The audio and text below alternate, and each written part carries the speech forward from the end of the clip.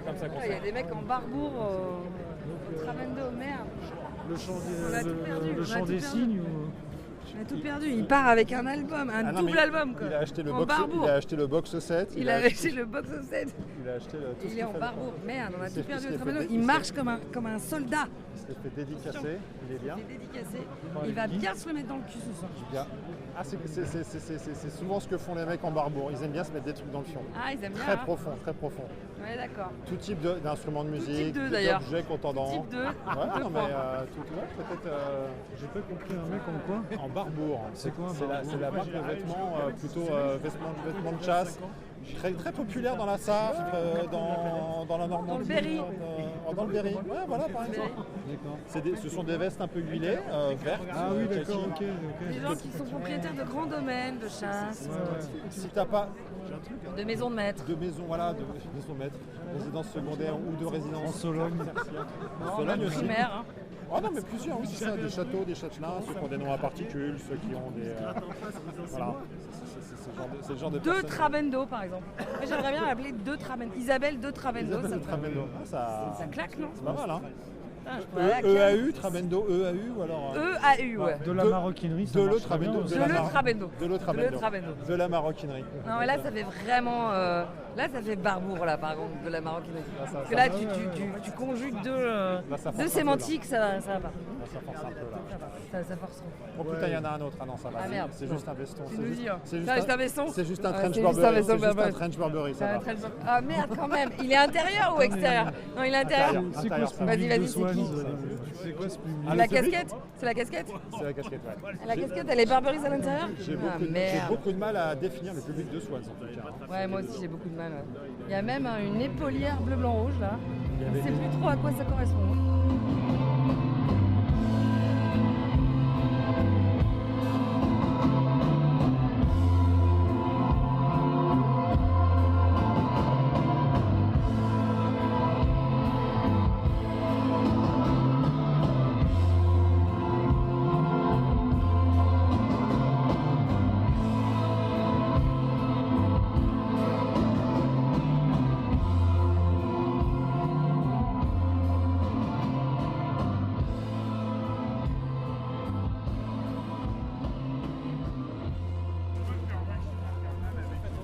Il y a des agents de sécurité privée partout, en fait, là maintenant. Oui, enfin ça va, on a le droit d'être. On est sur la voie publique quand même. On est pas. Je faisais un constat. T'as peur, je te sens quand même un Bah petit. ouais, ça c'est un petit peu insécurité. Tu te sens en insécurité ou tu te sens en sécurité? Parce que moi je me sens en sécurité, tu vois. Plus il y en a, plus je me sens en sécurité. Ah ouais, d'accord. Et toi? C'est parce que c'est des agents de sécurité noirs, donc comme ça c'est bon, t'es pas raciste. Et Bah, t'as de la c'est- police. Je me sens. Non. Plus il y a des sécurités, plus je me sens en sécurité. C'est pas le concept? C'est pas comme ça? Oui, mais ça marche pas toujours. Hein. Moi personnellement. Non, ça marche pas comme ça. non, Ah, c'est pas fait comme ça? Non, ça marche pas Ah comme bon ça. Moi je pensais, moi. Comment dire Moi je croyais moi, que c'était comme ça, que Ah c'était ouais. l'équation. Il y en avait pour Ah les oui, gens. oui, oui. Bah, c'est une équation qui existe les gens l'utilisent quoi. Mais Est-ce que, faut-il, doit-on doit-on, Peut-on quand un groupe fait plus de. Putain, ça fait 2 soirs de suite que je fais des concerts de plus de 2 heures quand même. Donc quand t'as moins de 35 ans, tu te dis putain, c'est un groupe que t'adores, 2 heures de concert, ça va finalement, genre c'est jamais assez. Ah oui, tu penses? Quand t'as plus de 35 ans, tu te dis. 2 heures de concert, bon, je pense que je vais me coucher plus tard que d'habitude, que je décale un peu. Est-ce que même à 25 ou 35 ans, 2h15 de post-rock chiant, c'est supportable? Je sais pas si c'est une question d'âge, mais peut-être qu'effectivement on a moins de résistance les années passant. Mais c'est vrai que c'est long. C'est le genre de Quand concert. même, Non, moi, 2h15. c'est le genre de concert, même si c'est long, tu vois, ça me, je me consolide, ça me solidifie. Ça s'est passé crème. Ah ouais, c'est passé crème pour toi. C'est hein. passé crème. Après, parce qu'effectivement, tu as quand même ton corps en action, c'est-à-dire que t'es pris dans l'ambiance, t'es pris dans quelque chose. Oui, mais 2h15 quand même, c'est pas comme tu vois. Tu as fait 2 concerts de suite. Deux fois 2h15, back to back 2h15. Back to back 2h15, c'est tout à ton honneur et bravo si t'as tenu. Mais là, quand même, 2h15 de. Je voulais pas dire des trucs négatifs pour commencer. Putain, mais c'est normalement, pas grave. si on commence par le Bah oui, normalement, oui. c'est Ah oui, l'inverse, bon, hein. c'est pas. Ouais, mais c'est pas grave. Et on va faire comme eux. tu vois, on va commencer tout doucement, on va se faire chier pendant 10 minutes, et puis après il y aura des moments d'anthologie. Ça, c'est le concept de notre podcast. Voilà. C'est toujours un peu comme ça. Donc quand même, moi, j'ai eu une demi-heure en trop. Enfin, voilà.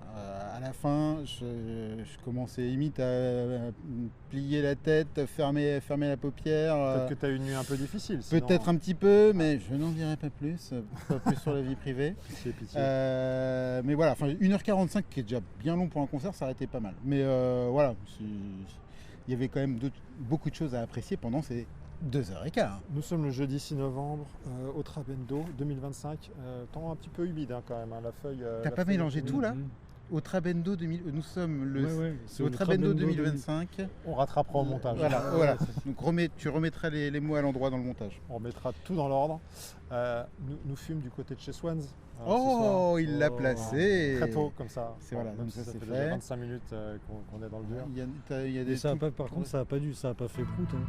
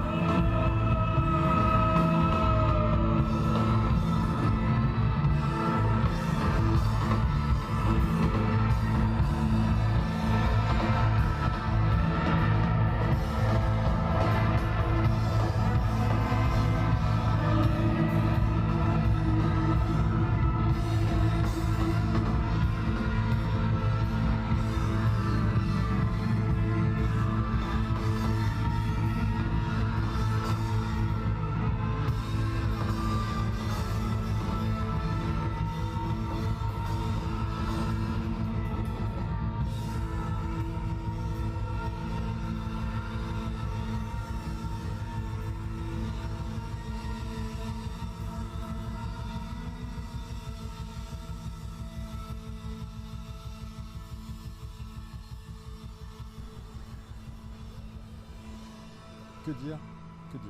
Par quoi commencer? Par quoi souhaiteriez-vous commencer? Est-ce qu'on raconte le déroulé? Qui sommes-nous? Qui avons-nous? Qui es-tu? Mais pourquoi? Qui es-tu? Moi, je venais les voir pour la première fois. C'était une première pour tout le monde, hein, je pense. C'était une première pour nous trois. On a été un petit peu déflorés, ce Septuor. Ah oui, alors ça, dites-moi. Moi, c'est toi qui sais. Informez-moi, Ouais, parce que moi, on était placés on comme peut des dire, merdes. ouais. Le Trabendo, voilà, faut savoir où se placer. Là, manifestement, on n'a pas forcément bien su pour bien voir les choses. Moi, j'ai pas vu grand-chose. Donc ils étaient 7 en fait. D'accord. Oui, c'est-à-dire qu'il y en a un, le grand machin. Je pense que c'était une danse parce qu'effectivement, il était assis, on ne voyait absolument pas. Et on a pu découvrir sa présence que du moment où il s'est levé pour saluer le public. D'accord. Et quand on était grand, toi-même, tu l'avais pas deviné Absolument pas. C'est quand je me suis positionné sur le côté de la scène que j'ai pu le découvrir. C'est très étonnant. Vous regardez derrière moi, c'est comme s'il se passait des choses derrière moi. Et moi, je regarde, j'ai un arbre en ligne de mire. Donc effectivement, mon horizon n'est pas très clair. Donc ils sont 7. Nous avons notre fameux Michael Gira. Si. C'est lui. À la guitare. 71 ans. 71 ans. Il l'est fait. On peut le dire. Bon, Quand je je le trouve quand même assez en forme. Il a une bonne énergie pour 71 ans. Mais il a les traits un petit peu marqués, on va dire. Moi, avec la lumière. Il la gaspille pas comme un Davidio. Moi, je pense que c'est ce que j'allais dire. Il fait moins vieux que Davidio. Oui, c'est peut-être pas. Mais qui est plus jeune. Qui a que 62, 63, mais il la gaspille pas à sauter dans le public non plus. Oui, voilà. Mais il se tempère. Il a le visage un petit peu buriné, mais nous ne jugerons pas sur le physique, bien évidemment. On verra ta gueule à son âge. Ouais, absolument. On verra où t'en es. Je ne te le fais pas dire. Après 40 ans de carrière, si t'en es toujours. De toute façon, il valait mieux pas les voir, donc ça se trouve, c'était une information qu'on a été peut-être pas en mesure de donner. A-t-on besoin de les voir? Je ne crois pas. Ah, c'était une des questions. Faut-il les voir? Pas forcément. C'est pas nécessaire. Il faut y être moi, pour je les dis ça entendre, peut-être mais pour pas me les voir. rassurer, mais je pense qu'il n'y avait pas forcément besoin de Parce les que voir. t'as rien vu non plus. Pour moi, c'est comme un peu de la curiosité, c'est qu'on a envie de savoir comment tout ça s'est fait, qu'est-ce qui crée, qu'est-ce qui est la source de la création, comment les morceaux pas composés mais interprétés. Et tu On le voit quand même. Hein. On le voit, mais tu as quand même un petit peu envie d'en voir. Toi, c'était mais moi, n'ayant pas vu, je ne savais pas exactement ce qu'il y avait comme. C'était comme ça ton attente dispositif. en venant à ce concert? C'était quoi?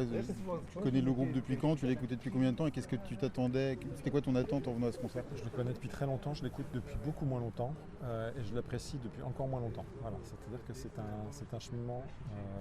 Moi, il y a des groupes comme ça qui sont dans l'inconscient, qui sont parmi les références, mais dans lesquels soit tu l'écoutes pas au bon moment, soit tu n'as pas le point d'entrée.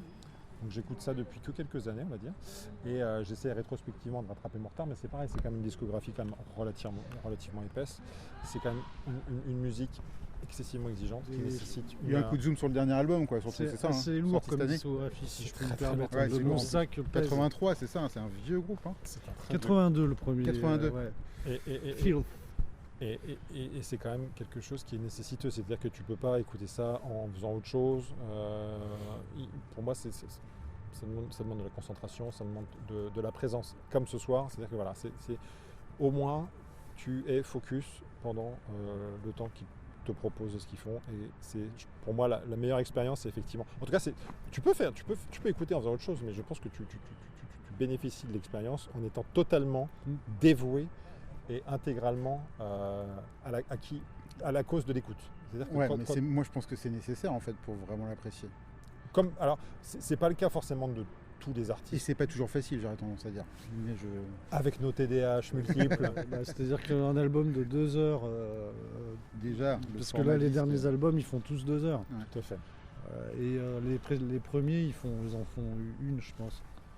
Enfin, un album simple, justement le premier, je crois qu'il fait ses 40-50 minutes, quoi. Ça tenait sur un CD à l'époque. Ouais, mais 82, il y a des CD.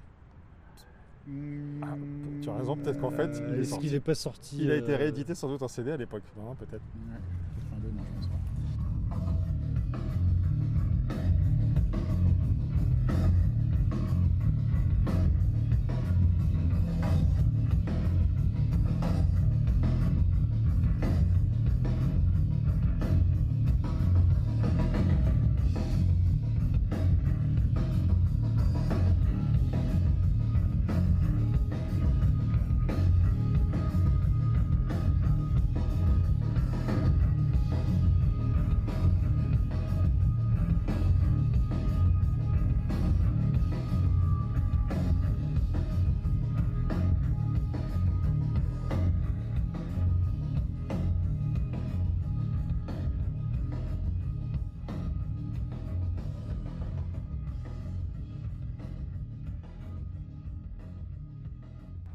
Toi aussi, c'était le même type d'attente, découverte un peu tardive Ouais, tout à fait. Ouais. Moi, j'avais vu un peu des photos de leur dispositif. T'avais entendu que les photos du groupe avant de venir? Non, je parlais rapport à ce à quoi je m'attendais. Ah oui, d'accord. La musique, j'avais préparé un petit peu. Ouais, donc t'avais vu des photos où on les voyait pas pour préparer le concert? Oui. Et comme ça, ça m'a pas déçu. Voilà, je savais à quoi m'attendre. Je me suis bien retrouvé à ce niveau-là. Non, mais dans le rapport aux instruments et au foisonnement, le fait qu'il soit 7, etc., et qu'il y ait ces claviers, style guitare, double basse, double lancinante, je dirais lancinante. Double basse, double style guitare.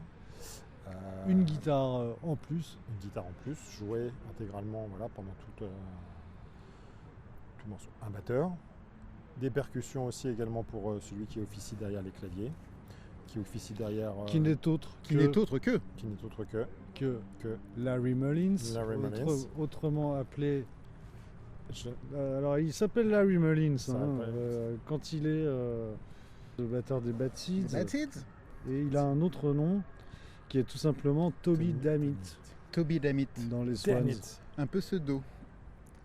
Et ce Larry Mullins, il a également fait partie de la reformation des Stooges dans les fin 90, début 2000. Que j'ai vu là-bas, à la salle, au fond du couloir. Qui lui dans le fond. J'ai vu, le Zénith. Avec les frères Ashton. Ron Ashton, je me souviens plus son nom de famille. Oui, la reformation, c'était dans les années 2000, si ma mémoire est bonne. Ouais. Et donc là, il joue un peu de percussion, effectivement, une grosse caisse à la main. Et moi, puis, je ne l'ai pas vu. Et quand j'ai cru le voir, j'ai cru qu'il était masqué. Il a été masqué ou pas? Il avait-il une caisse claire? C'est juste un chapeau de cow-boy détends-toi. Franchement, moi, à un moment, j'ai vu, il y a un angle où j'avais l'impression qu'il avait un masque blanc. J'ai trippé, c'est peut-être l'éclairage. Mais... on voit bien que cette musique. Après, il a peut-être pris un petit coup de vieux. Mais on voit bien que cette musique soit transcendantale, de là à imaginer les gens. Transcendantale. Un petit peu. Comment dirais-je? Oui, c'est vrai que toi, t'es resté très terre à terre. T'es resté bloqué. Non, pas complètement. Non, je reviendrai. Mais alors, c'est vrai qu'il y a un côté incantatoire. Dans une partie du chant de Michael Gira, c'est quand même une des caractéristiques d'un certain nombre de passages de ce qu'il propose. Et qui ne sont pas forcément moi les passages que je préfère. Et c'est vrai qu'il y a une forme de communion souvent à ce moment-là avec le public qui lève les mains et qui en mode il y a un côté un peu, alors je ne vais pas dire malaisant parce que c'est pas vraiment malaisant, mais un côté légèrement religieux ou sectaire dans les apparences qui est un peu particulier. Mais non, vous voulez peut-être finir sur vos... Pour moi, c'est tout sauf négatif, tu vois. Moi, je pense que c'est tout sauf négatif, toi. C'est un des points forts et c'est un des points marquants et c'est le huitième instrument peut-être. C'est ce qui va emmener, c'est ce qui va donner le tempo également. C'est un instrument à part entière et qui est savamment dosé et qui, avec cette reverb poussée à fond, moi, qui fait les faire chercher. Je trouve que ça fonctionne. Pour moi, c'est un par un. Oui, parce que c'est quand même des chansons. Ouais, exactement. Même si c'est pas l'évidence, mais lui, il écrit des chansons et après il propose aux gens de les développer. Mais je sais pas si on peut dire que c'est toutes des chansons. Le premier morceau, c'est une sorte d'archétype pour moi de post-rock avec la montée en sorte de 4 grands mouvements hyper longs. Qui vont du plus calme au plus puissant et ça m'a pas fait penser à une structure de chanson classique. Mais effectivement, il y en a un certain nombre qui sont des chansons. Et d'ailleurs, pour moi, c'est quand il y a cette option chanson qui est prise que je préfère, quand il prend cette voix un peu, je vais dire country, mais un peu ce côté Johnny Cash, quand il a sa voix caverneuse. Il a une super voix. Moi, je préfère qu'il l'emploie de cette manière plutôt que dans l'incantation lancinante. Donc je préfère ces options et qui pour moi marchent bien et après moi je comprends pourquoi j'aime pas le post-rock à un concert de Swans quoi. C'est-à-dire que globalement je me fais chier avec cette proposition de structure avec des passages quasiment interminables. Tu te dis putain et quand est-ce que ça va finir? Ouais, bien sûr.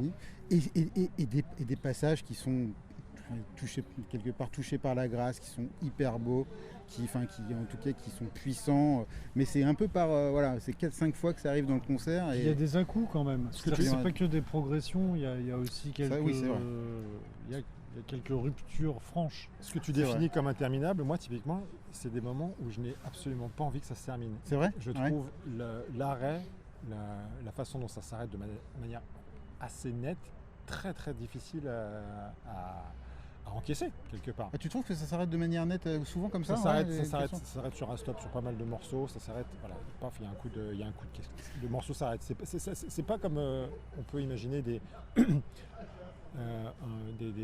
montagnes où ça monte et ça descend. Et toi, Godspeed, ils terminent tous leurs morceaux par 2 minutes de drone, et puis à la fin, tu n'as plus que du drone de violon. Ou alors t'enlèves tout. Tu peux avoir un peu cet effet-là. Oui, voilà, c'est ça. Il y a quand même un certain nombre de montées. Alors peut-être que tu descends pas comme dans Godspeed. Ah oui, il y a des montées, bien sûr. Mais j'ai pas sous-estimé les montées, mais c'est que j'ai aussi limité les descentes. Les descentes, la descente, c'est vrai qu'elles sont nettes. Elles sont nettes. Les arrêts sont nets. Moi, l'impression que ça me fait, toi, t'as pas envie que ça se termine ces passages-là. Moi, ça me donne plutôt l'impression que les passages qui déboîtent, en fait, souvent qui sont un peu les plus puissants en termes de son, etc.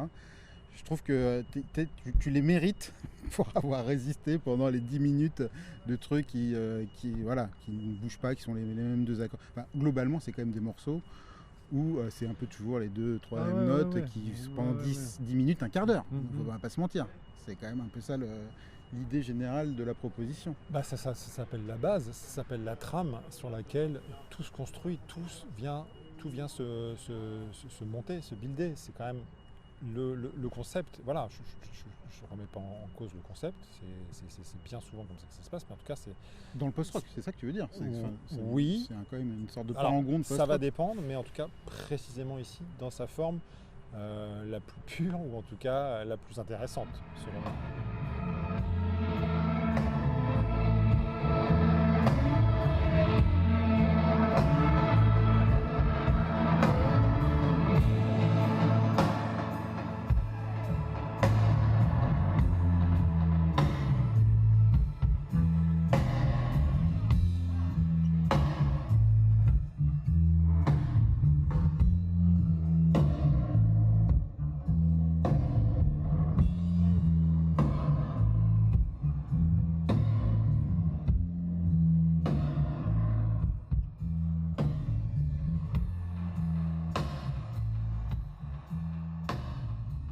Ça, je suis d'accord. Moi, c'est quand je me faisais la réflexion pendant le concert, je me disais c'est une sorte de post-rock chimiquement pur, je ne sais pas si on peut utiliser l'expression, dans la proposition, en tout cas dans le format tel qu'il est proposé.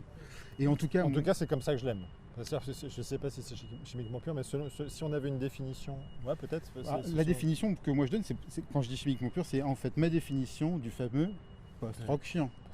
C'est-à-dire que pour moi, on est vraiment dans l'archétype du post-rock chiant, mais ce qui est bien avec ce groupe, c'est que justement c'est bien fait. C'est comme ça que je le qualifierais. C'est vraiment bien fait dans le sens où il y a déjà un son pour moi qui est monumental. Alors j'ai trouvé trop fort, j'ai trouvé que c'était vraiment quand même très très fort. Parfois les bouchons d'oreilles ils vrillaient un petit peu et franchement on n'y passait pas. Il fallait mettre des bouchons d'oreilles sur ces bouchons d'oreilles. Des bouchons d'oreilles à ces bouchons d'oreilles. Mais la puissance, la qualité du son, et notamment pour moi de cette section rythmique, ce batteur, je l'ai trouvé vraiment énorme avec un son de caisse claire, qui est tonitruant, peut-être un peu trop fort, mais tellement puissant et excellent. Et puis cette basse, ce son de basse, moi j'étais quand même tourneboulé par ce son de basse qui était mixé de manière vraiment monumentale. On en demande de la basse. C'est là où moi le côté post-rock. Tu dis. Pour moi c'est pas du post-rock en fait. Ah ouais, d'accord. Ouais. Tiens, ça m'intéresse. Pour moi c'est plutôt une sorte de punk, de post-punk des années 80 quoi. Ouais. Genre berlinois, encore une fois, un peu à la version comme pouvaient faire les Bad Seeds ou tout ça à cette époque-là.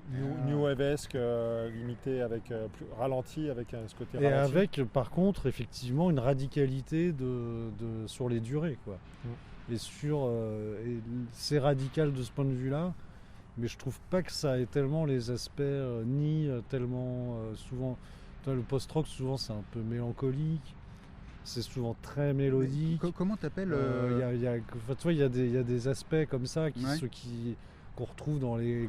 Quand on dit post-rock, on pense à Godspeed, on pense à Mogwai et ce genre ça de t'évoque groupe. Pas ça sur ces plans je comprends ce que tu veux dire, c'est qu'effectivement il y a des durées. Il y a des durées avec un ou deux accords. Donc on pourrait dire... mais je trouve que c'est pas du tout le mood, l'idée, elle est pas du tout une idée post-rock. Pour moi, c'est une idée plutôt punk, mais qui est étirée, qui est qui a sa propre manière de se raconter, radicale comme ça dans les durées et tout ça. Mais la musique en elle-même, moi je trouve que c'est du punk. Enfin, c'est du post-punk, quoi. Enfin, tu vois. Moi je dirais ça comme ça, et même sa façon de chanter elle est pas du tout post-rock.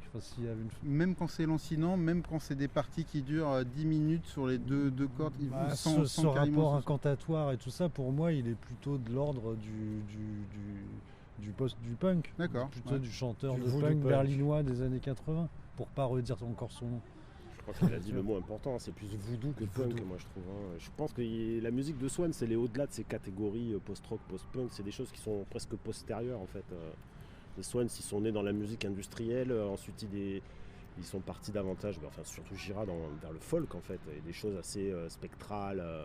Avec ses albums Angels of Slowcore, Light. Ouais, Angel of Light, même les derniers albums des Swans des années 90, en fait, c'est devenu de plus en plus ritualiste avec, je pense, des influences qui viennent, pour moi, profondément de la musique américaine. Il y a un côté Americana. Mais trafiqué, un peu perverti. Au contraire, moi, je suis presque tendance à dire que J.Ra, il s'est toujours construit dans un registre, en tout cas dans une esthétique anti-punk, quoi, tu vois. En restant fidèle à des créneaux finalement très américains, très... Pas européens pour le coup. Oh non, pas du tout. Non, c'est un pur groupe américain, quoi, les Swans.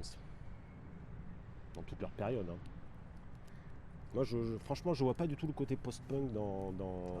Moi, pour moi, la batterie, tu vois, la batterie reverb, ce son des fois un peu froid, tu vois, un peu... Alors pour moi, c'est du dub industriel, c'est plutôt... ouais, il y a aussi ce truc-là, et pour moi, c'est... Ce soir, il y a nettement eu des influences. Moi, je trouve ça hyper berlinois aussi, enfin, tu vois, je trouve que c'est une musique de Berlin, quoi. Moi, genre, je me vois, enfin, j'ai l'impression de voir un squat berlinois quand j'entends cette musique. Enfin, je pense que tu dis ça parce qu'il y a eu des circulations musicales assez nettes entre des artistes des deux côtés, que ce soit des gens comme Nick Cave, Big Bargeld qui ont collaboré avec des Américains. Donc il y a eu peut-être un pour effet moi, c'est d'échange. ça l'aspect post-punk. Quand je dis post-punk, c'est un peu cette idée-là de... Mais dans la froideur, ça peut être évident, mais je trouve qu'il y a quelque chose de plus voodoo en fait dans les Swans. Il y a un côté qui est vraiment, pour moi, pour moi est purement américain, hein, qui me fait vraiment penser aux États-Unis, au côté un peu profond. Pourtant, c'est un groupe de New York, ouais, c'est pas un groupe du désert ou quoi que ce soit. C'est vrai que ça, c'est quand même assez perturbant, parce qu'on pourrait très bien les mettre quelque part ailleurs géographiquement, du fait de ce qu'ils proposent musicalement. Parce que pour moi, le voyage, il appelle à ce genre. Je pense pas des Desert Sessions, mais en tout cas, effectivement. Mais par contre, à New York, il y a beaucoup de musiciens qui ont une approche comme ça, qui est très urbaine, mais qui est désertique, mais qui reste urbaine, tu vois. Je pense à Wovenhand, des gens comme ça, ils ont une approche qui est quand même qui est monolithique, qui est froide, mais qui reste profondément urbaine en fait, qui est liée à des mouvements de solitude, de vastitude, mais de la ville en fait. Il y a un parallèle évident pour moi entre le désert et la ville, hein. C'est juste que tu enlèves les gens, tu les mets, tu te retrouves dans des équilibres qui sont similaires en fait.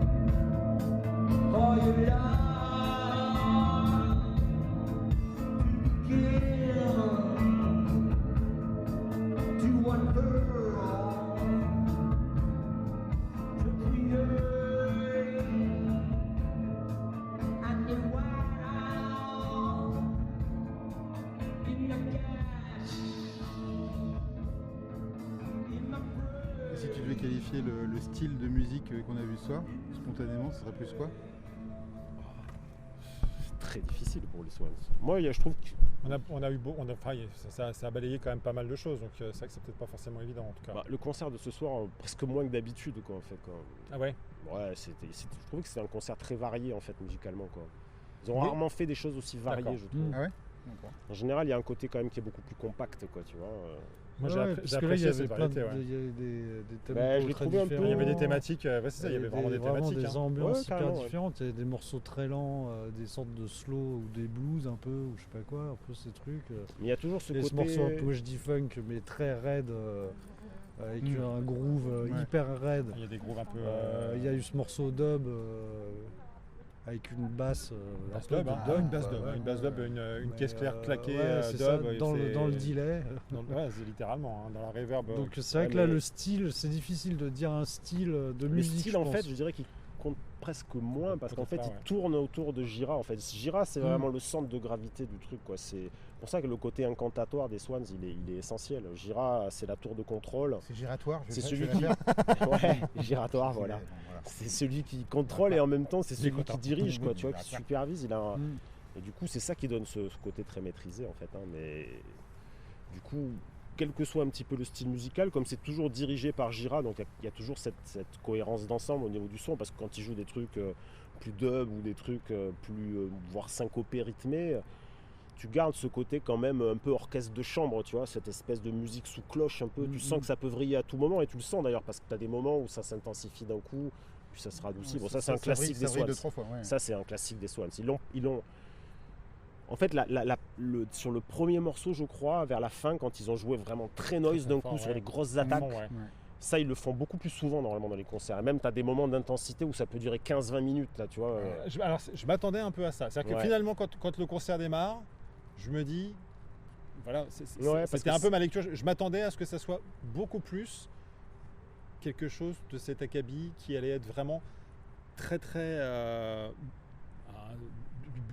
burin, quoi. Voilà, c'était très très rapide, très très fort. C'est en ça que c'était un concert différent.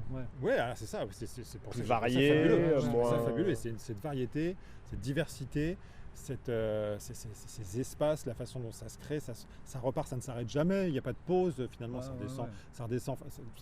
Il y a des morceaux qui s'arrêtent, mais ça reprend. Voilà, très très très très naturellement, de manière très très fluide. Et voilà. Sur la même note généralement que le morceau précédent. C'est possible. Non, mais possible. Moi, je mettrais un bémol parce qu'il y a des moments qui étaient un peu longs en fait. Alors moi, je me suis laissé emporter totalement. C'est ce que je disais tout à l'heure, c'est que moi, ce côté infini, j'avais pas envie que ça s'arrête. Très très très souvent dans le concert, j'étais vraiment totalement sous emprise. J'étais sous emprise. J'étais sous rien du tout, mais j'étais totalement sous emprise. J'étais littéralement.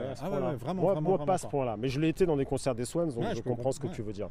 Mais moi, il m'a peut-être manqué ce côté plus agressif dans la durée. C'était mon baptême, c'est pour ça. C'est ton premier concert des Swans? C'était notre premier concert des Swans. C'est pour ça qu'on a été déflorés là, c'est parce que tu vois, c'est la première. Moi, je sais pas, je les ai vus plus de. Je pense que ça doit approcher les 15 fois, et la première fois que je les ai vus, c'était en 94. Donc.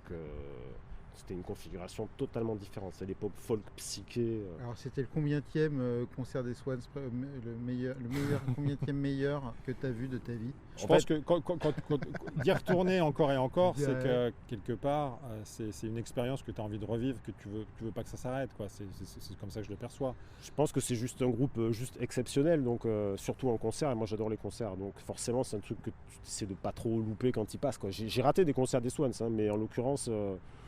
Celui-là, je savais qu'il fallait pas le manquer parce que c'était probablement, enfin rien n'est jamais acquis, mais c'est probablement la dernière tournée des Swans avec une formation orchestrale et orchestrée comme ça. A priori, les Swans devraient jouer dans une direction plus minimaliste et plus, comment dire, avec moins de musiciens sur scène. Okay. Ils ont, Michael Gira et je me rappelle pas de son nom, le clavier qui était derrière lui en fait. Ils ont tourné au printemps dernier. Le fameux Larry Mullins. Le fameux Toby Dammett. Non, pas Toby Dammett, l'autre, celui qui était à côté de la bassiste en fait. Christian. Voilà, c'est ça. Christian. Christian Hain ou je sais pas quoi. Ouais, je me souviens plus. Et en fait, donc ils ont tourné dans une formation qui est beaucoup plus. En fait, ça se rapproche peut-être un peu plus de Angel of Light, mais avec je dirais quand même un peu plus d'électricité, quoi, en fait, plus de. Voilà. En tout cas, ils annoncent la fin de cette formation-là. Et là, ils disent que c'est vraiment les dernières dates. C'est les dernières dates et c'est terminé.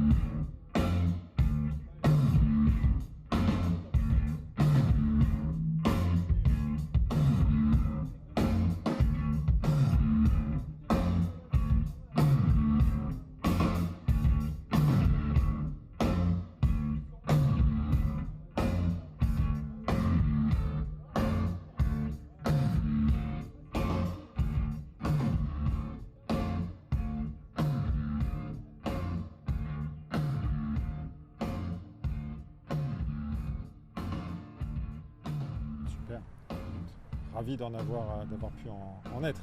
C'est-à-dire que ils terminent par 3 jours à Berlin, je crois, justement. Où ils se sont entraînés, là où ils ont enregistré, répété pendant plusieurs semaines. Ils ont enregistré à Berlin le disque. Ah, c'est peut-être pour ça que tu as fait la connexion avec l'Allemagne, mais elle est postérieure. Mais c'est parce que je trouvais que ça sonnait berlinois. Pardon, est-ce que une représentation comme celle-ci, oui, alors peut-être qu'ils sont volontairement cachés, mais c'est vrai que je trouve qu'ils sont un peu trop. On les oublie, mais on aimerait quand même davantage les voir. Et c'est vrai que là, du coup, j'imagine que c'est souvent comme ça. C'est davantage les voir. Lumière fixe. Sur scène, tu veux dire? En fait, non, mais c'est une lumière fixe. Il n'y a aucun effet de lumière et on ne peut pas voir les musiciens puisqu'ils sont tous assis. J'aurais imaginé quand même quelque chose d'un tout petit peu plus pas visuel, mais qu'on puisse effectivement que tout le monde dans la salle puisse apprécier les musiciens. Donc là, pour ça, je trouve que les conditions là sont pas extraordinaires pour les voir. Mais je les ai vus dans des auditoriums, devant des salles assises. Effectivement, en fait, je l'ai mentionné tout à l'heure, mais il y a cette configuration orchestre de chambre en rock, quoi, en fait. Ils jouent toujours aussi longtemps ou pas? Oui, parce qu'ils ont une musique qui de toute façon implique et induit le fait que ça dure très longtemps, parce que la partie hypnotique, la partie immersive, elle doit... On a bien compris que toi à 1h15 ça t'aurait suffi. Non, le format pop, c'est pas celui de Michael Gira. Non, moi j'ai trouvé ça. Il y avait une demi-heure un petit peu superfétatoire. T'aurais mis une demi-heure. Mais moi je suis d'accord avec toi. Pour un concert comme celui-là, où je trouve que la variété elle était intéressante, mais moi elle m'a pas transcendé plus que certaines autres options possibles, comme de jouer très noisy, très longtemps, très fort. Et là, d'arriver au point de rupture, c'est une des spécialités des Swans. En fait, c'est un groupe qui exprime pas une grosse radicalité quand tu les vois, quand tu les perçois, quand tu dis Michael Gira ou quand tu l'écoutes, mais sur scène, c'est un des groupes les plus intenses que j'ai eu en concert. Il y a des concerts qui étaient complètement fous. Et voilà, ce soir, pour moi, je dirais que c'était un concert sage des Swans, mais ils ont fait un petit peu l'étalage de ce qu'ils pouvaient encore faire dans un format qu'ils vont abandonner sans doute. Donc je pense qu'ils ont voulu aussi explorer d'autres trucs, s'amuser un peu. Qu'ils abandonnent parce qu'ils sont arrivés au bout, parce qu'ils ont fait le tour, parce qu'il faut passer à autre chose, En fait, ça fait environ 15 ans qu'ils sont dans ce format-là, depuis le retour des Swans en 2010. Okay. Donc, est-ce que c'est ça? Ils ont fait une longue pause depuis quoi? 15 ans au moins. 15 ans, entre mi-90, fin 90 et fin des années 2000, effectivement. Il y a eu un ou deux albums vers 2007, 2008, 2009 dans ces eaux-là. Ouais, je crois qu'ils avaient repris en 2010. Et ensuite, en 2010, ils ont commencé à faire ces albums très longs avec des pièces très orchestrées, mais très avec le format double album cartonné. Là, c'était un petit peu le nouvel artwork qui allait avec des Swans, alors que les premiers étaient plus dans un artwork radical, très noir, très cru, très brut. Typo, rien dessus, quoi. Ouais. Sauf la partie 90 qui est plus psyché, genre l'album avec le lapin là, le Rabbit, ça fait un peu Alice in the Wonderland. Là, ils ont un côté plus psychédélique qui apparaît sur cette début des années 90 où fait cover à la Mark Ryden, c'est vrai que... En fait, c'est une période où Gira, il sait pas trop où aller. En fait, il est il sait qu'il doit sortir de l'industriel et il aime le folk, mais il n'a pas signé sur un label à un moment, tu sais, un gros label. Et je crois qu'il a fait un album plus commercial. En tout cas, abordable, plus de chansons, moins personnel, plus de chansons, moins radicales. Mais c'était un peu ça à cette époque-là. Mais ça n'a pas duré très très très longtemps. Ils ont dû faire un ou deux albums et puis le groupe après The Great Annihilator, ils ont eu cette période un peu où ils ont fait ça. Et ensuite, le groupe s'est disloqué parce que de toute façon, Gira a une personnalité très complexe. Ça se passait pas bien avec personne.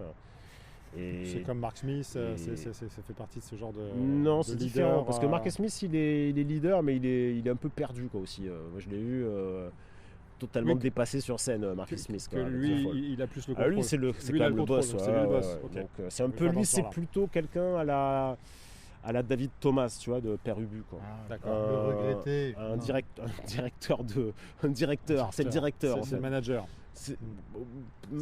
En tout cas, sur le plan artistique, tu mouftes pas, quoi, tu vois. C'est même pas que t'as pas droit à la parole, c'est tu fermes ta gueule, quoi, en fait. Donc, ça se sentait, c'était un peu palpable quand effectivement sur scène, parce qu'il est quand même chef d'orchestre et que c'est son groupe et ses musiciens, quoi. Ça reste vague parfois, je pense. Ces signaux sont assez vagues. C'est pas un chef d'orchestre. Ils sont tous tournés vers lui. Tout le temps. Ils sont rivés sur lui. C'était le giratoire. C'est ça. Il porte bien son nom. C'est ça. Un mot pour conclure. La conclusion. Le mot pour conclure. Le chant du cygne. Un mot chacun, alors tiens, commence. Oh, putain. Moi je reste sur Voodoo. Ouais, voilà, j'étais voodooisé. Un mot, moi je trouve que c'est trop compliqué. Hein. Voilà, pour toi, t'en connais pas tant que ça. C'est à la fois, moi j'ai trouvé ça à la fois chiant et passionnant. Quoi. Donc c'est quand même très. Patio chiant. Patio chiant. C'était patio chiant.